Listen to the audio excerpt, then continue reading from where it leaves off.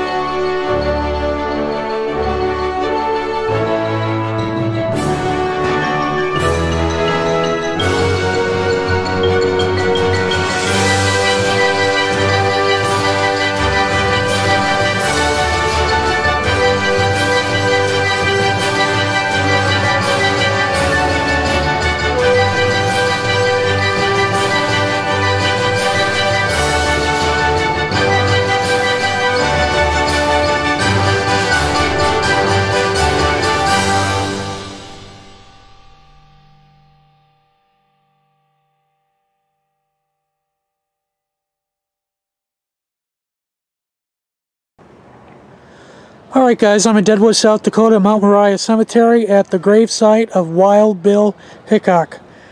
If you check out my video from Troy Grove to Dixon, you'll see the birthplace of Wild Bill.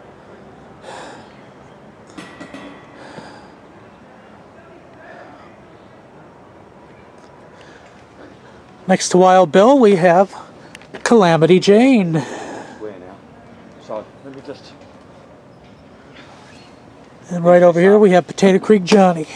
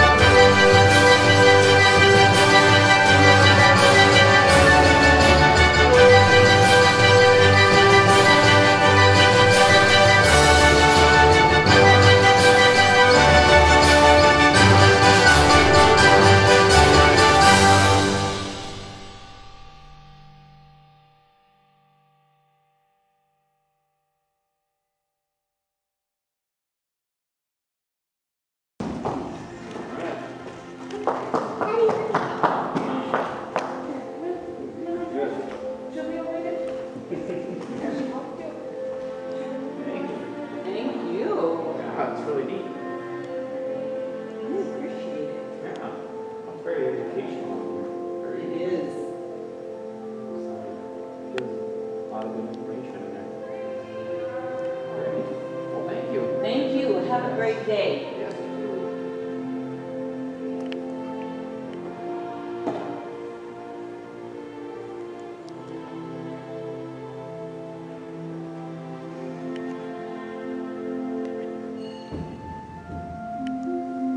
How are you doing, sir? Okay, how are you? I'm doing well. What they have done is they've taken John Trumbull's painting here, the Declaration of Independence, and they have turned it into life-size 3D statues. It's the only one like it in the world, so it is art in the round. You can view the art from all angles in the gallery. What you're looking at is the Committee of Five, these guys right here.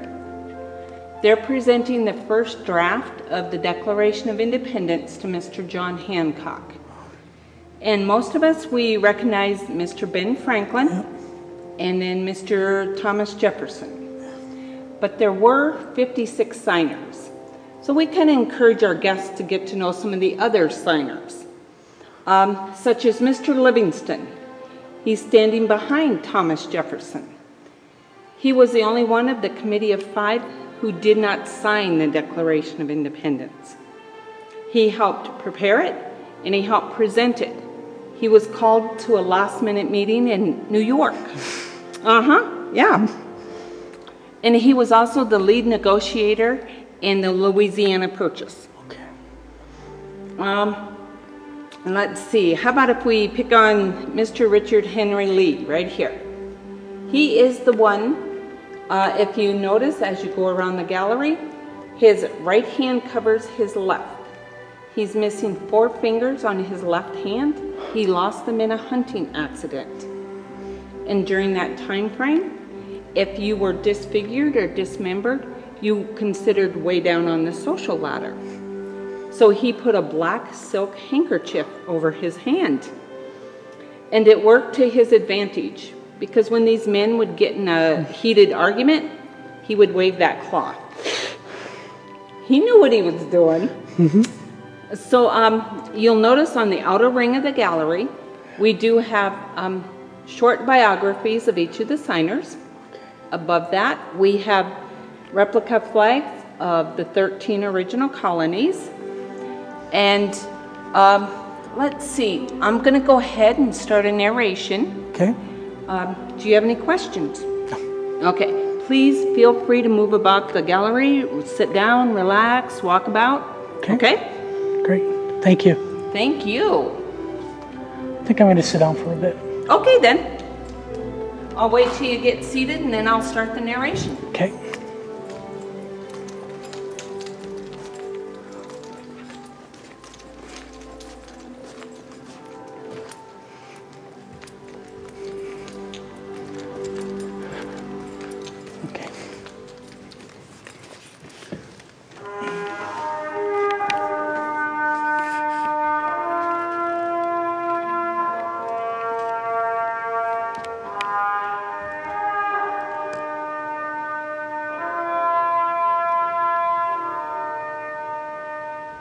When in the course of human events, it becomes necessary for one people to dissolve the political bands which have connected them with another, they should declare the causes which compel them to the separation. King George is at this time transporting large armies of foreign mercenaries to complete the works of death, desolation, and tyranny, scarcely paralleled in the most barbarous ages. He has plundered our seas, ravaged our coasts, burned our towns, and destroyed the lives of our people. It is a hot, humid, and sultry July day in the city of Philadelphia in the colony of Pennsylvania. The year 1776. Doors are shut, windows sealed, shutters closed. Eavesdroppers and spies are lurking among the small crowd milling about outside the Pennsylvania State Assembly House. There are 2.5 million colonists living in America, and at least 500,000 of them remain loyal to the British Crown. Inside, a cloud of tobacco smoke hangs in the heavy, dank air. The scent of perfumes disguise odors from the irregular bathing habits of colonial times. The argument has been intense, yet delegates to the Second Continental Congress have reached an acceptable compromise. But make no mistake, along with reason and conversation, the air is charged with emotion, anger, and rage, as each man summons the courage to overcome his fears. What these men are about to do is willingly and purposefully commit high treason. There is no turning back now. This is much more than a personal insult to King George III. It is an affront to history, an assault on the most powerful empire on earth. Some even see it as a challenge to the divine order of the universe. This is a very risky business. In the spring of 1775, the midnight riot of Paul Revere and William Dawes rallied local militiamen to Lexington and Concord to defy the British Army in the first skirmishes of the Revolutionary War. A great American essayist would later write about this famous fight. Here once the embattled farmers stood, and fight the shot heard round the world. In 1775, just 58 days after the battles of Lexington and Concord, the Americans inflicted grievous casualties on the British at Bunker Hill, outside of Boston. The British took Bunker Hill that day, but Bunker Hill cost the British much more than it was worth. Throughout the 13 colonies, people were sick and tired of paying oppressive taxes and watching as the British enforced collection with brutality. Colonists responded with acts of protest and resistance.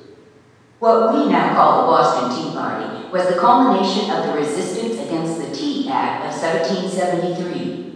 Sons of Liberty boarded the ships and threw the chests of tea into Boston Harbor. No taxation without representation. Men of goodwill from both Great Britain and the American colonies crisscrossed the Atlantic, hoping to find some solution.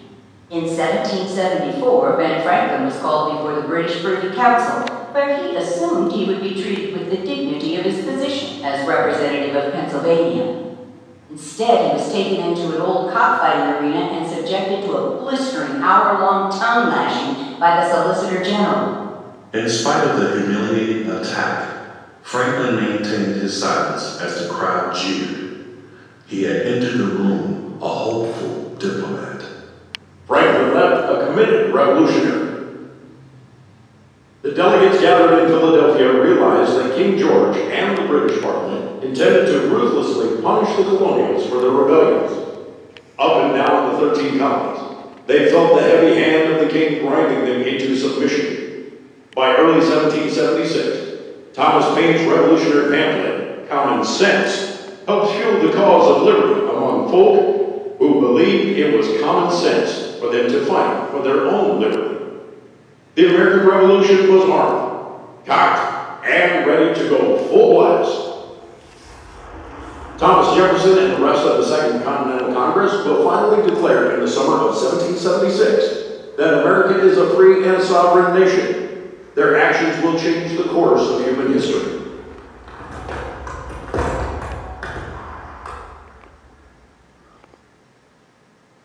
Who are these men? We're familiar with the famous few. We've heard their names from our earliest days at school. Thomas Jefferson, a visionary thinker and great writer, has been appointed to draft the Declaration of Independence.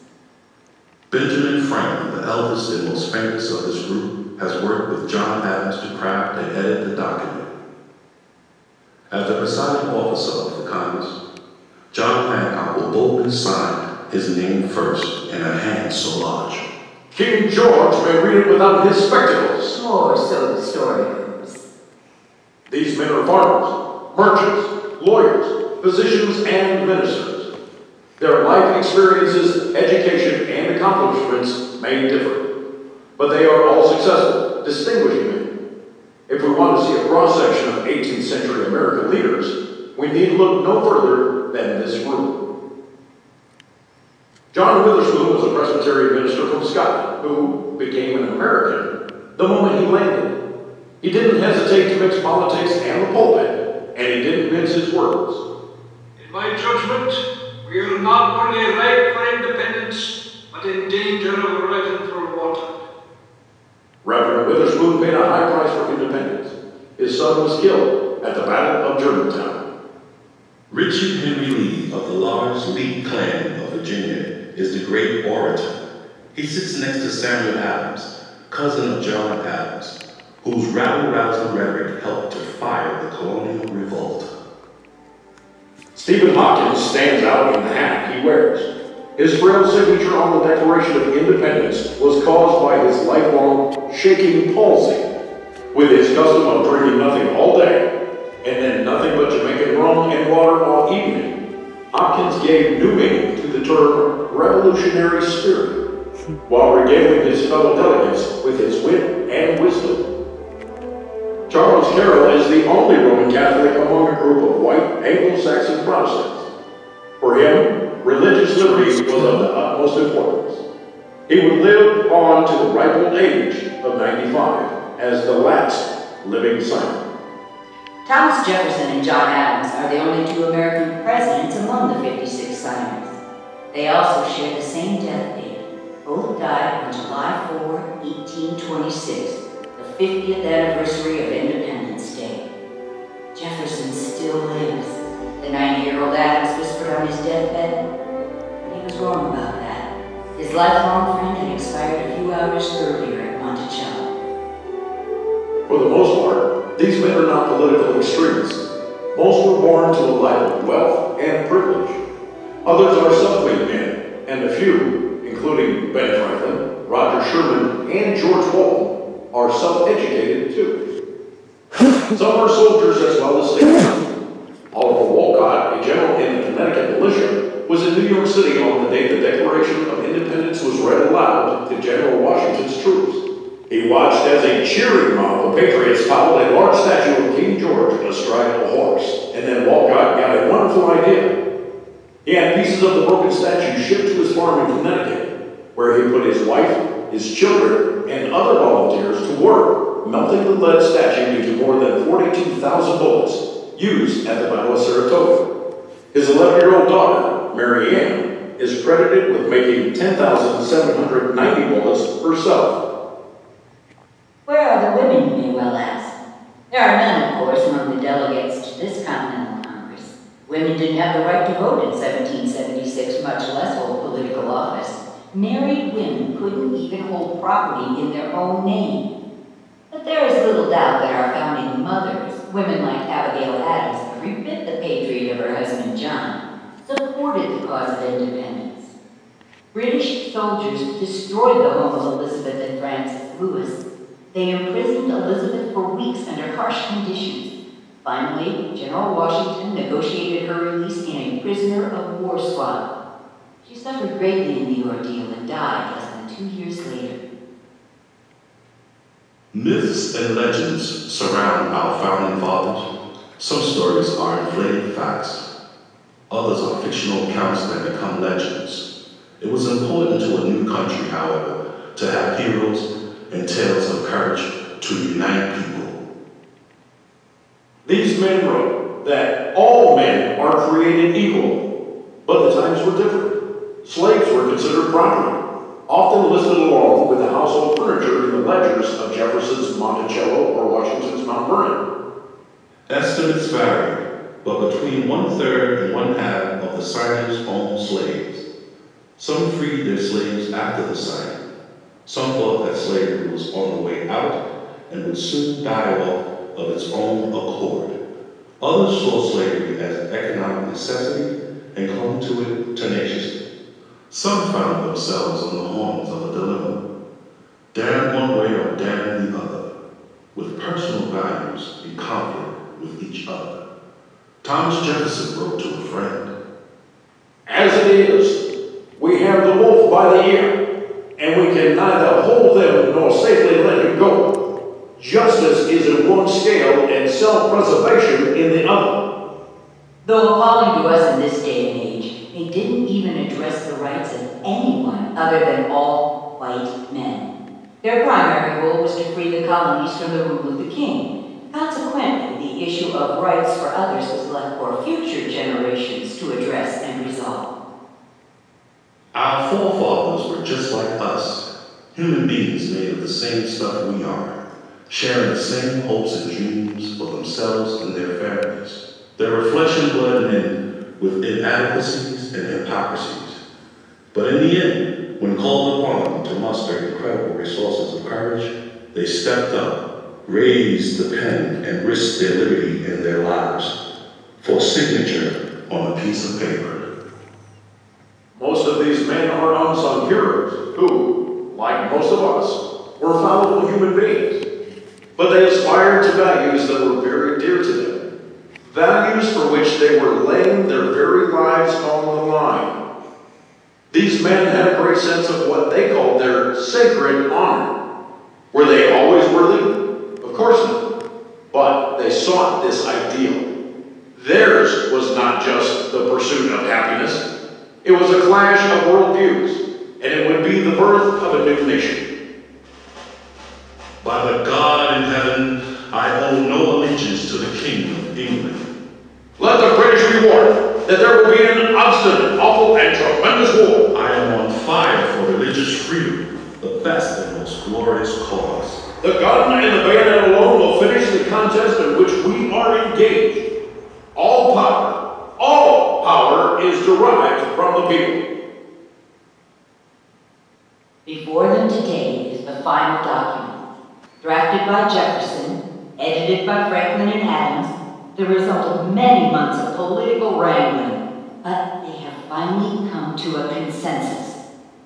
We hold these truths to be self-evident, that all men are created equal, that they are endowed by their Creator with certain unalienable rights, that among these are life, liberty, and the pursuit of happiness. Most Americans are familiar with these famous words from the Declaration of Independence, but we may not know what comes next. A very angry, hostile, and confrontational document. Words that threaten the solidly entrenched, long-enduring, and far-reaching British Empire. The Declaration lists 18 major grievances and another 9 specific offenses against King George. To prove this, let the facts be submitted to a candid world. For quartering large bodies of armed troops among us. For cutting off our trade with all parts of the world. For imposing taxes on us without our consent. Or depriving us, in many cases, of the benefit of a trial by jury. For transporting us beyond seas to be tried for pretended offenses. For suspending our own legislatures. He has abdicated government here by declaring us out of his protection and waging war against us. The spirit of revolt is in the air. The die has been cast, and now there is no turning back. A prince whose character is thus marked by every act which may defy a tyrant is unfit to be the ruler of the free people. My dearest wish is for my country to become independent. Sink or swim, live or die, survive or perish with my country is my unalterable determination. As I believe the voice of all sensible and honest men, I vote for independence. My hand trembles, but my heart does not. Gentlemen, we must now hang together, or we shall most assuredly all hang separately.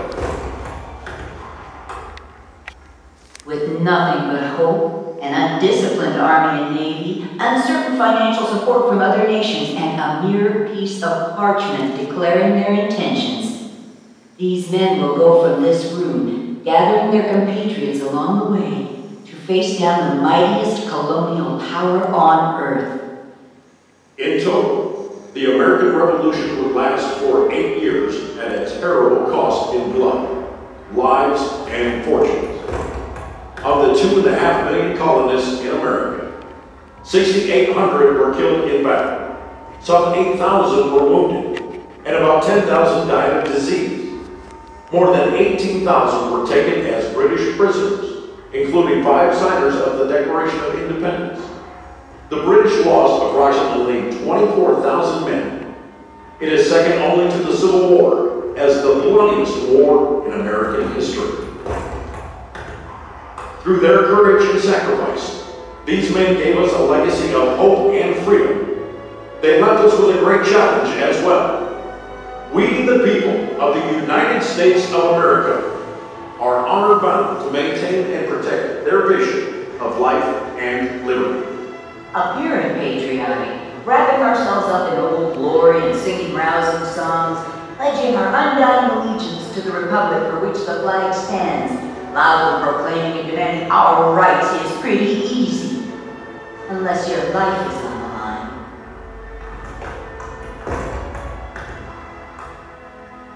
We celebrate the 4th of July as Independence Day, but on that day in 1776, 56 valiant but very courageous men risked it all, defied the most powerful colonial empire on earth, and invented a country.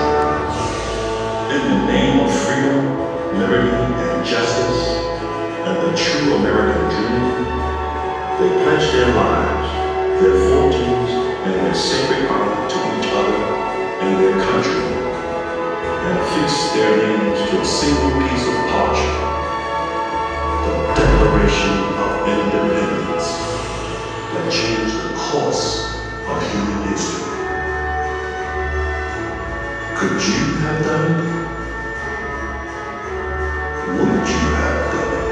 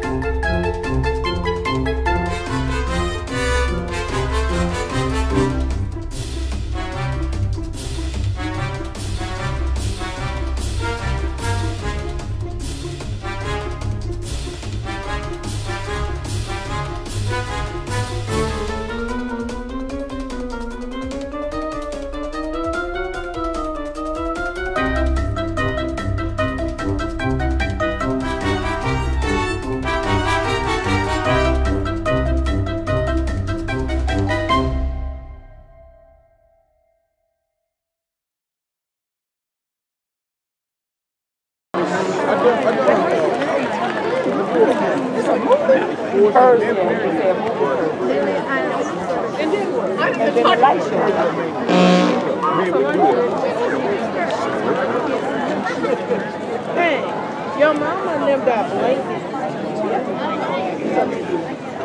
They got a nice room. Okay.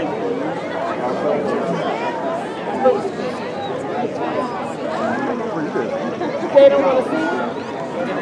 Here we go. Hello and welcome everybody. Hey! My name is Erin, and I would like to welcome you on behalf of the National Park Service to Mount Rushmore. Let me tell you a little bit about myself. Originally, I worked in South Dakota the last few years. Do we have any New Yorkers in the audience? All right, how about anybody from South Dakota? All right, couple. All right, at 9 o'clock, I will come out and formally start the program. I'll be talking about the 4 men behind me and the reason why they were chosen to be part of this album. Then we'll show a 20-minute film. After that, I encourage you to stand as we listen to our national anthem. And lastly, I call all military members, past and present, to come down on stage with me as we take the colors down to the evening. After you've soaked up all the inspiration possible, I encourage you to look around your seats, make sure you keep all your belongings with you. If you have any trash, we have trash cans located at the back of the amphitheater. If you have any questions or needs or concerns, there's another ranger in the visitor center behind you, and the visitor center will be open until 10 o'clock tonight. So, like I said, I'll be back out at 9 o'clock to formally start the program. I encourage you to sit back, relax, and enjoy this evening.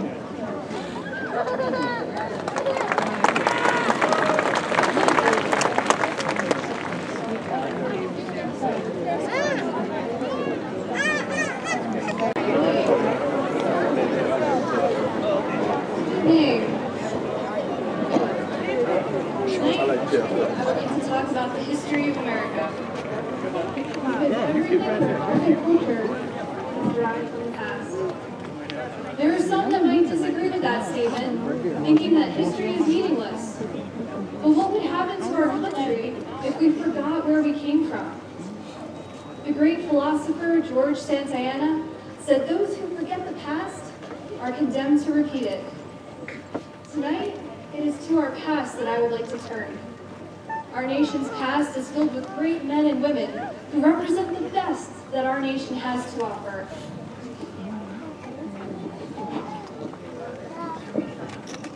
One second. But ultimately, these people, they were human. They were just like you and me, and each of them faced the unique circumstances of their own time, and they had to rise to the occasion. They all made mistakes along the way.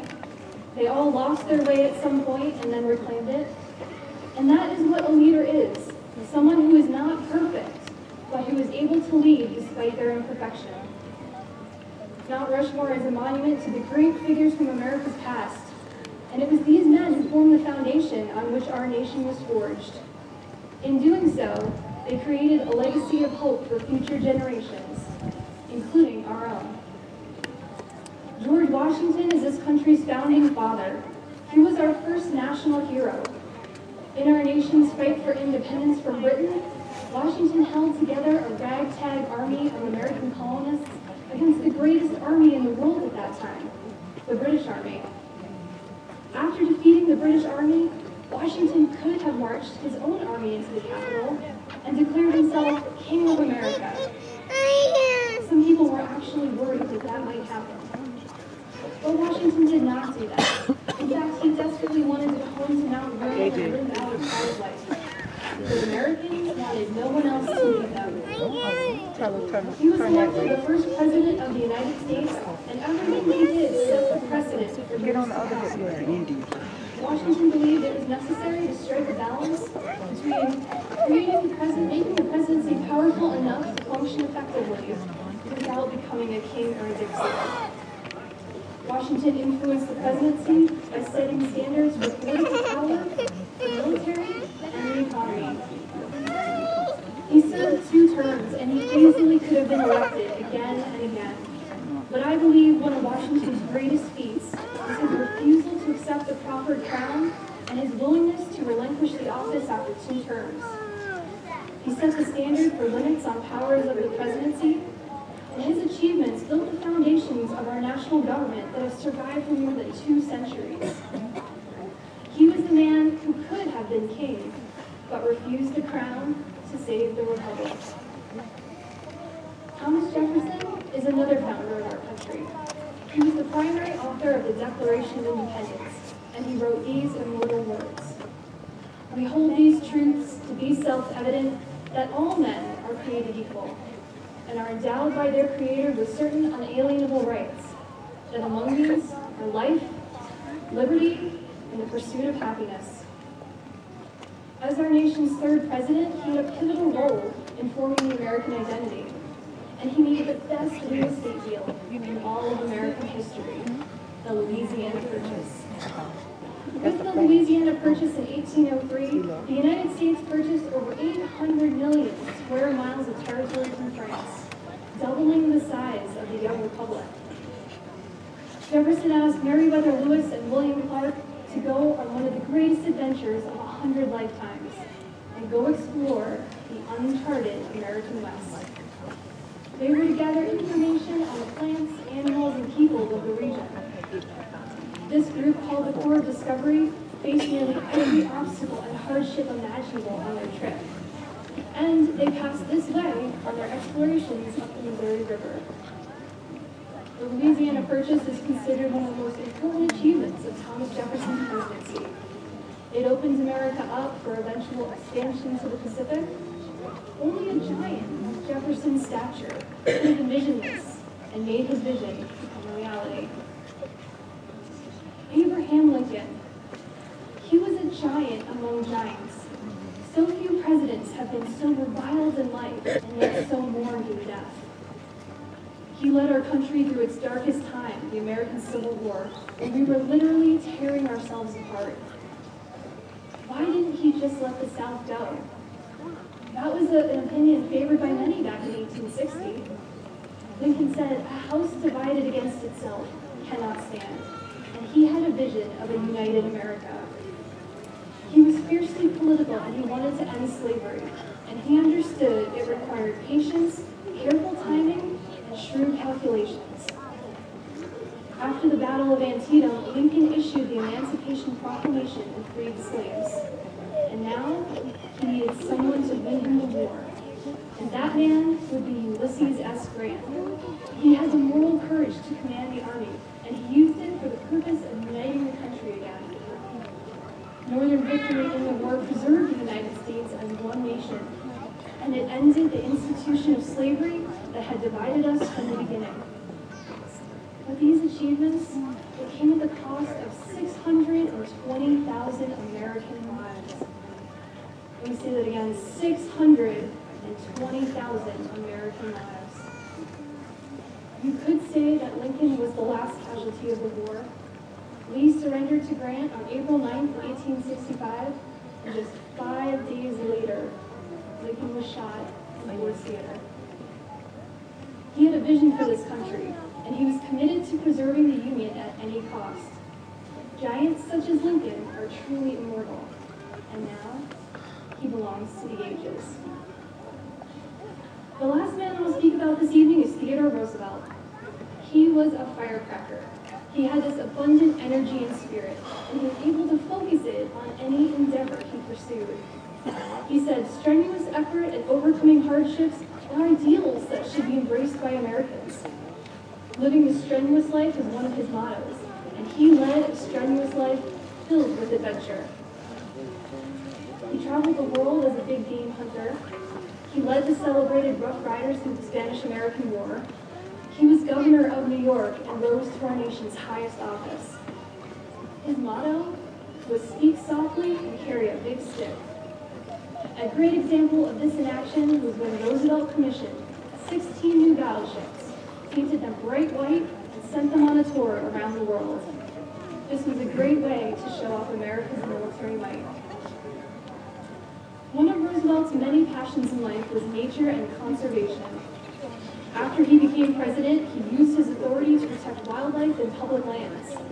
He created the U.S. Forest Service, 150 national forests, and 5 national parks. One of those forests that he created is right down the road from here, Black Hills National Forest. During his presidency, Theodore Roosevelt protected approximately 230 million acres of public land. He said, and I quote, "There can be nothing in the world more beautiful than the Yosemite, the groves of the giant sequoias and redwoods, the canyon of the Colorado, the canyon of the Yellowstone, the 3 Tetons. And our people should see to it that they are preserved for their children and their children's children forever, with their majestic beauty all unmarred. Tonight, I've spoken briefly of 4 great men from America's past. Where would we be today without their towering examples of truth, honor, and dignity? A nation needs to recognize its giants, men and women who changed the course of history for the better. We all have the potential to become giants. Truth, honor, and dignity are timeless qualities, and each of us in our own way can set examples for our family and our friends. We can work to better our communities. Mount Rushmore is a monument to the great men who made this nation what it is today. And who knows what the future might bring, but maybe in a century or two, a historian looking back on our time might talk about the great men and women who are alive today. Thank you.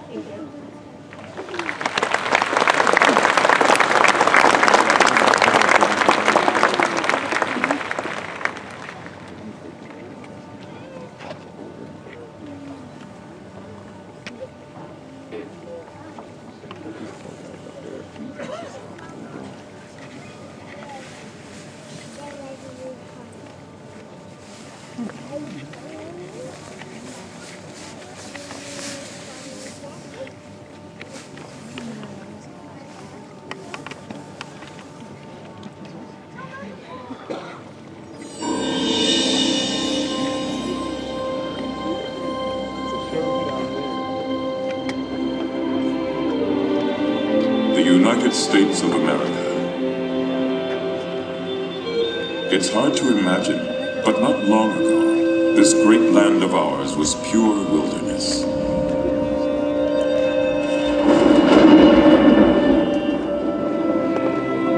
A place where millions of bison roamed freely throughout the plains.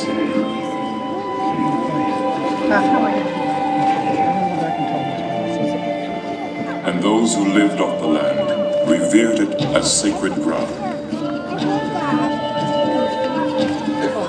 Yet this country would face a dramatic change, quickly becoming the most advanced nation in the world, in technology, in peace, and in power. From its inception, the United States has shaped itself under the guidance of strong leaders. Leaders who have taken risks, stood up to adversity, and never let go of their vision for a better country. Mount Rushmore reminds us of them, and the countless Americans who have made great sacrifices to ensure the lasting legacy of our country. Freedom. We strived for it. We died for it. We live for it.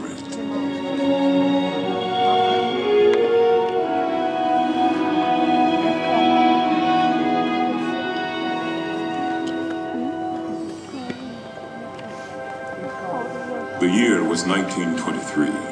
The place, the Black Hills of South Dakota. State historian Doane Robinson proposed that these granite outcroppings could be the site of an enormous monument dedicated to the heroes of the West, such as Lewis and Clark and Chief Red Cloud. But commissioned sculptor Gutzon Borglum had a different concept in mind. Borglum was a passionately patriotic man and believed that a more fitting tribute should honor the American experience. A memorial that would represent our ideals, our dreams, and our accomplishments as a country. A memorial that would convey a spirit of patriotism. Borglum chose his canvas carefully, the giant granite rock face of Mount Rushmore. And in 1927, work on the mountain began.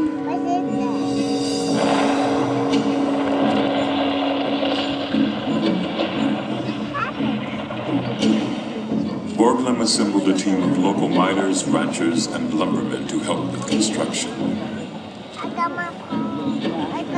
The sculptor built a model of the presidents to serve as a guide.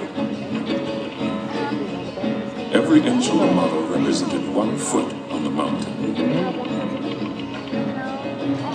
Year after year, Borglum and his crew hung perilously off the side of the mountain, drilling and blasting their way to reach granite solid enough for carving.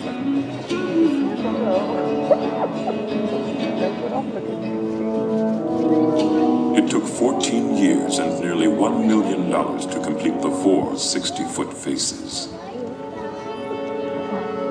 And even though the sculptor did not live to see the very final touches put into place, he was able to carry out his vision. 4 great Americans immortalized in stone, symbolizing the democratic society in which we live, the struggle for our independence, the fight for our freedom, and the sacrifices we have made since our country began more than 200 years ago.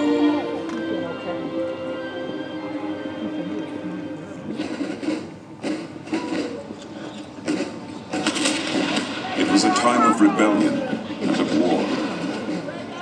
It began as an uprising against British rule and turned into a full-fledged crusade for personal freedom and national independence. The American Revolution. From 1775 to 1783, up to 250,000 patriots engaged in battle. Even during the toughest times, when the Continental Army seemed undisciplined and ill-equipped, one man's courage and determination ultimately led the troops to victory over the British. The future father of our country, George Washington.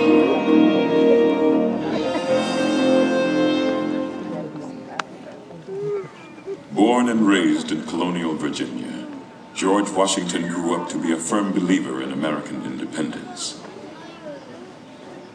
Even though his heart yearned for quiet family life at his Mount Vernon home, his deep commitment to the Republic made him answer the call of his country time and time again.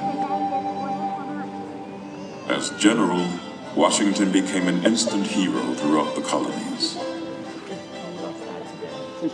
The public was so enamored with him that many people wished that he become king. But Washington scoffed at such an idea. The army must serve the country, but not rule it. Express your utmost horror and detestation of the man who wishes to overturn the liberties of our country. George Washington, 1783.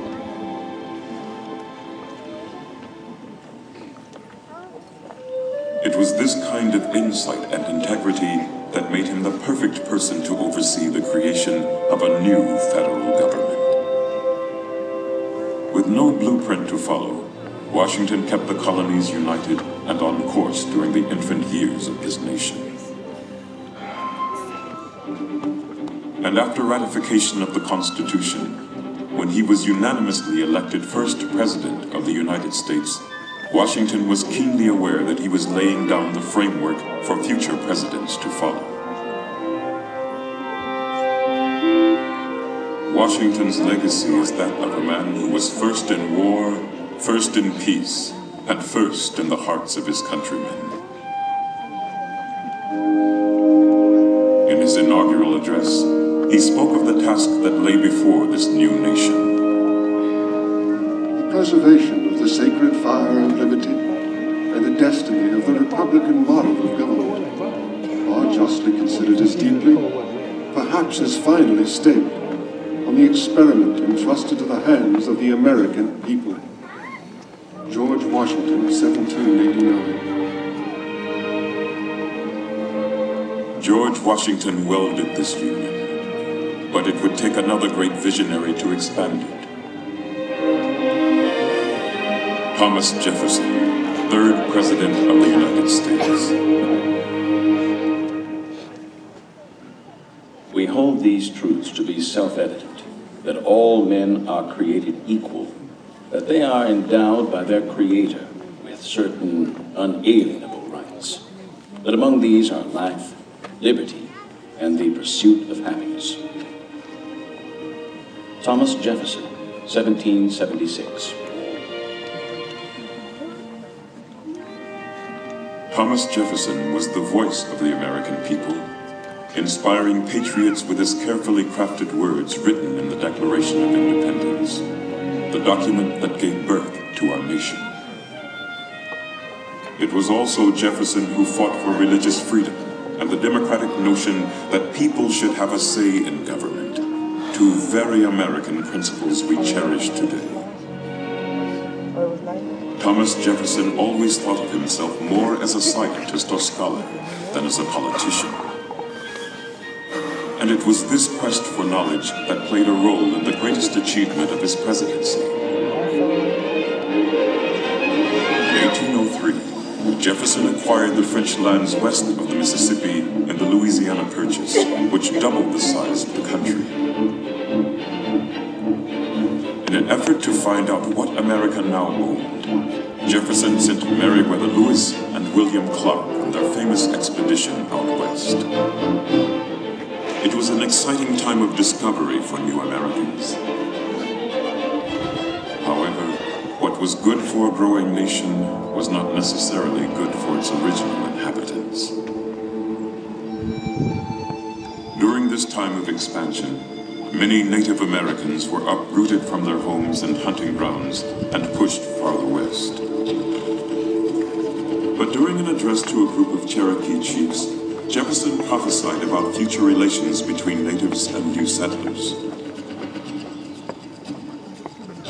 I shall rejoice to see the day when the red men, our neighbors, become truly one people with us, enjoying all the rights and privileges we do, and living in peace and plenty as we do, without anyone to make them afraid, to injure their persons, or to take their property, without being punished for it according to fixed laws.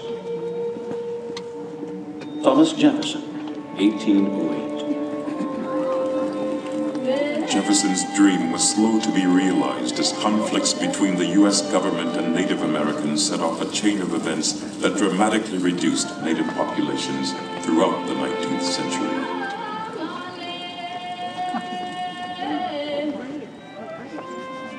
Thomas Jefferson believed in the promise of America and had faith in the American people.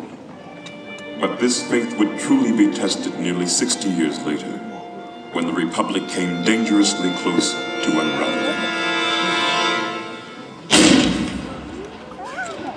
The Civil War was the most tumultuous period in American history.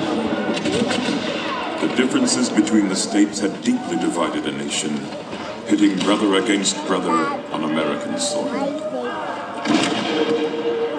But it was the determination of one man to keep the United States united. Abraham Lincoln, our 16th president. Abraham Lincoln was a self-made man of great character, a frontiersman who came from humble beginnings. When Lincoln was inaugurated in 1861, he faced more adversity than any other president in U.S. history. Many southern states had withdrawn from the Union. And even though Lincoln opposed war, he warned the South in his inaugural address that he would take whatever measures necessary to stop the rebellion. In your hands, my dissatisfied fellow countrymen, and not in mine, is the momentous issue of civil war. The government will not assail you. You have no oath registered in heaven to destroy the government, while I shall have the most solemn one, to preserve, protect, and defend it. Abraham Lincoln, 1861. The Civil War raged on for 4 brutal years.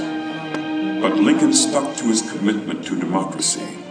His main objective was to save the Union, and he also strongly believed in freedom for all Americans. Until slavery was abolished, Lincoln felt the U.S. could never truly be the home of the free. Lincoln's Emancipation Proclamation began the process that ended the evils of slavery forever.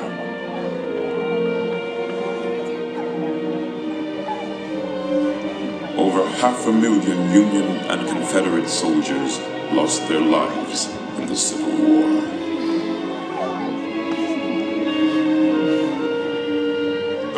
his famous Gettysburg Address, Lincoln reminded the American people what this war was really all about.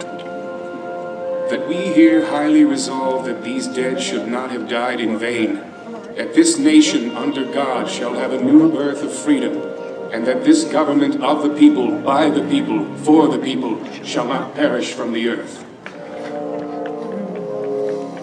Abraham Lincoln, 1863. Over the next 50 years, the United States would go through a dramatic transformation.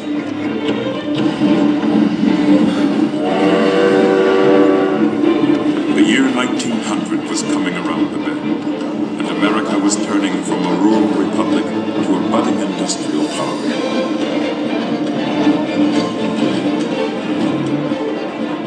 It was clear that this new century, which burst with hope, needed a fresh start and a fresh approach.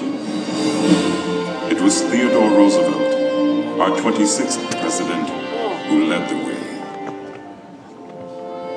Is America a weakling, to shrink from the work of the great world powers? No! The young giant of the West stands on a continent and clasps the crest of an ocean in either hand. Our nation, glorious in youth and strength, looks into the future with eager eyes and rejoices as a strong man to run a race. Theodore Roosevelt, 1897. He was energetic, he was robust, and he was eager to show the world that America was a force to be reckoned with. Theodore Roosevelt believed in the strenuous life. Frail and sickly as a young boy, he overcame his illnesses and grew up to be a naturalist, a cowboy, a war hero, an author, and President of the United States by the young age of 42. His vigorous outlook on life transferred to the Oval Office. Roosevelt was a man of action. He promoted economic freedom and was a friend to the working class, protecting their rights against big business and what he called the criminal rich. Roosevelt also expanded the country's power abroad. It was his support of the 1903 revolution in Panama that led the U.S. to acquire territory for the construction of the Panama Canal. This massive undertaking not only created a valuable link between the Atlantic and Pacific Oceans, but it put the United States on the map in world politics. Yet, Roosevelt may be known best for his passion for the outdoors. He was vocal about conservation, and through the power of his presidency, he provided federal protection for almost 230 million acres of land. To waste, to destroy our natural resources, to skin and exhaust the land instead of using it so as to increase its usefulness, will result in undermining in the days of our children the very prosperity which we ought by right to hand down to them amplified and developed. Theodore Roosevelt, 1907. The pursuit of the American dream did not end with Theodore Roosevelt's term. Instead, it has carried us into the 21st century.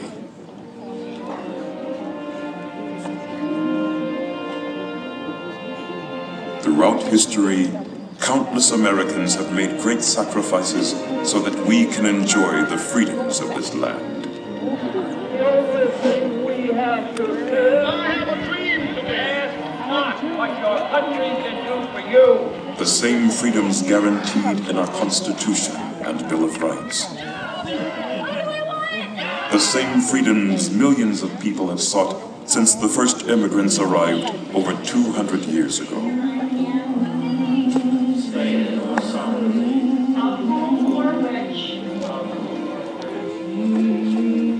Gutzon Borglum reminds us of this with his timeless memorial. 4 Americans representing the birth, growth, preservation, and development of this country. All embodying the spirit of our nation. all advocates of freedom, dignity, and the ideals of American life. Oh, beautiful for spacious skies, for amber waves of rain, for purple mountain majesties above the fruited plain.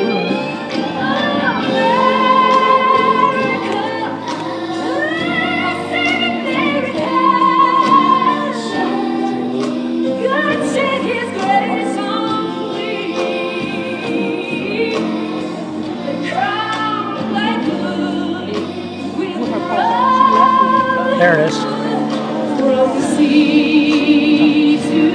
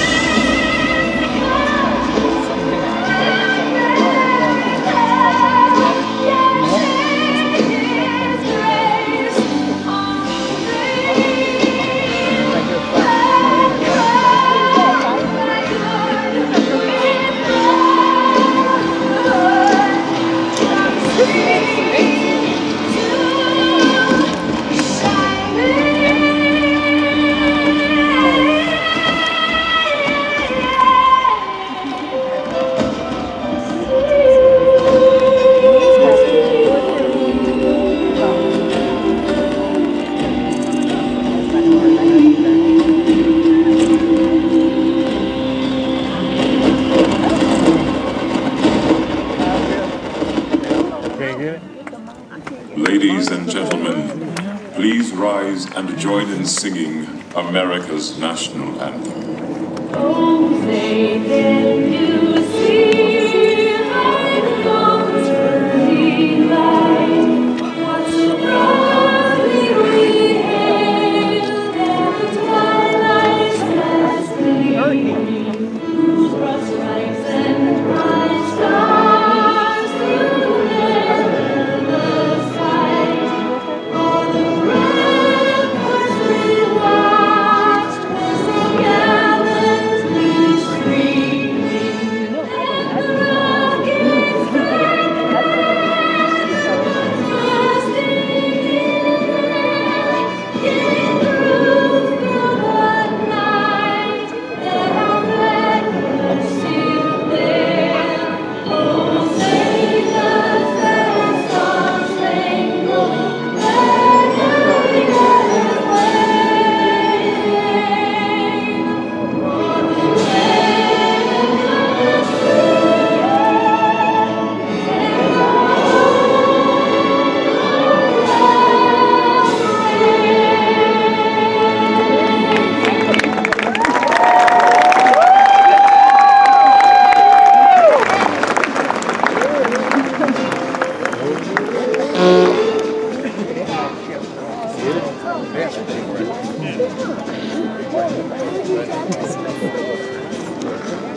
Right.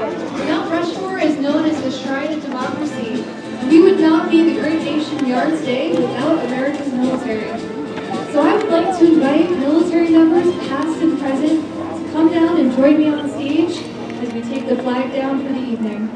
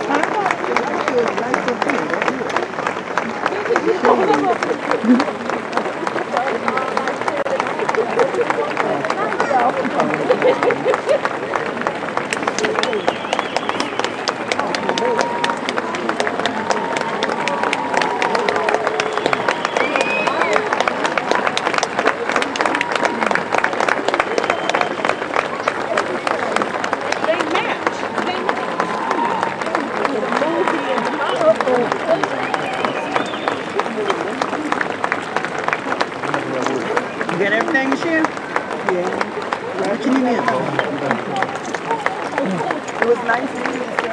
You too. You have a safe trip back home. You too. Thank you. Oh.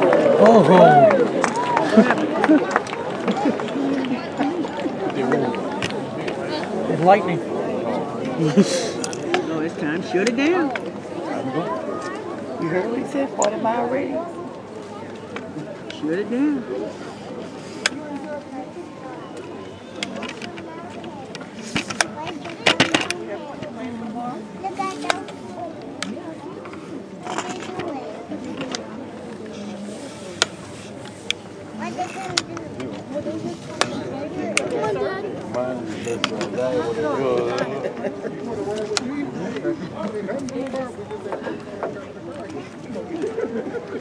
All 3 feet are gone.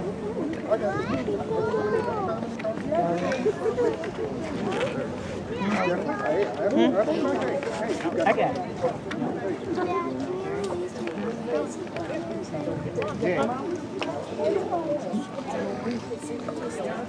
Come on, hold my hand. Oh, cool.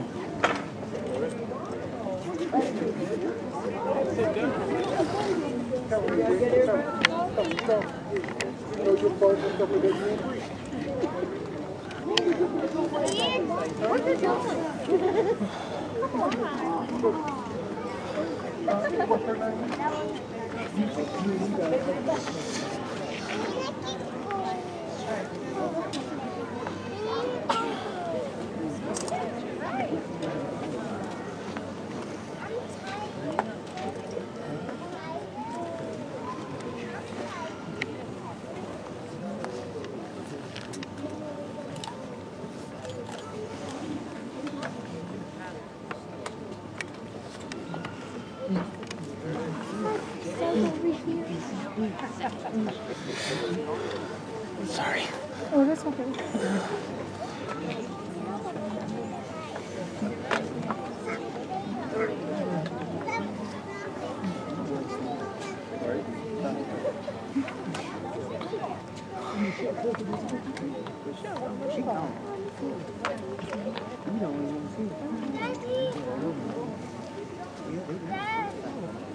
Go back by Bill and Jean and try to take it up here.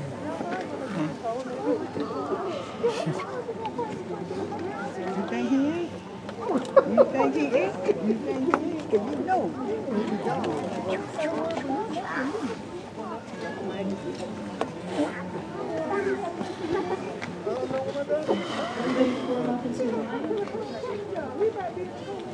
And we're actually going to go down the line and we'll ask you what your name and your rank is.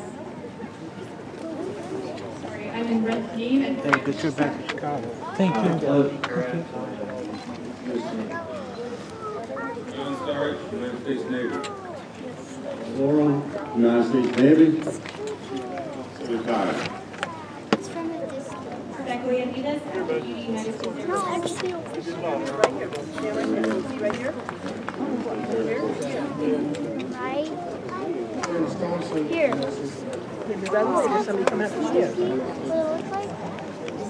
Tom Shakley, U.S. Air Force. Mark Flotto, Sergeant, U.S. Marine Corps.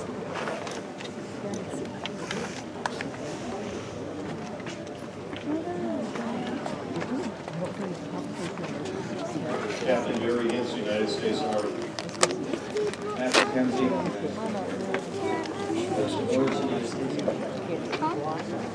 Jamie Coles, United States. Mike Phillips, United States Air Force. Andy Kersey, U.S. Air Force. Julio Quillo, U.S. Army. Mark Hill, U.S. Army. David Hunt, retired United States Army. Bill Lear, U.S. Navy Seals. Dave Trot, U.S. Marine. Senior Chief Larry Clark. They do the Wizards. I don't think there is. Amber, stay back to check it out. 现在路口等我们，我们先去上个厕所。差俺爸太多了。在那路口小便的地方。 Lori Liveth, U.S. Air Force. Nichols, U.S. Air Force. Donald Churchill, U.S. Army. Audrey, U.S. Army. John Barnes, U.S. Air Force. David Hedrick, United States Navy. Lester, U.S. Air Force. Eric Walker, United States Navy. John Washington, United States Navy. Roger Frank, States Army. Patty Eline, U.S. Army Nurse Corps, Vietnam vet. John Williamson, Petty Officer, First Class, U.S. Navy. John Ernst, U.S. Army. Jamie Keith, U.S. Navy. Chief Ryder, United States Navy. And J.G. Captain Gale, United States Navy.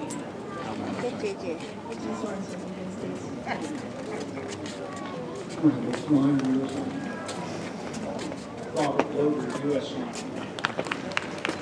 That's in the U.S. Army. United States Air Force.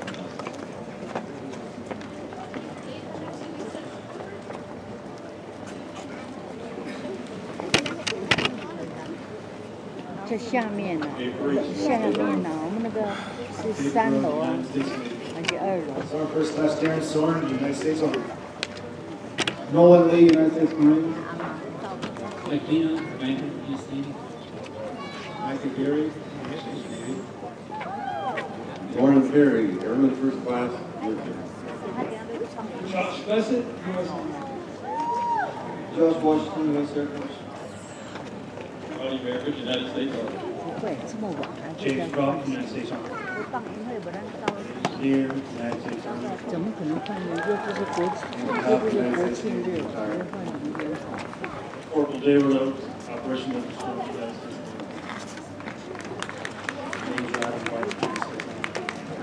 Paul Scott, U.S. States Army. Lee Hippie, Air Force. Gary Hippie, U.S. Army. Philip Wade, U.S. Army.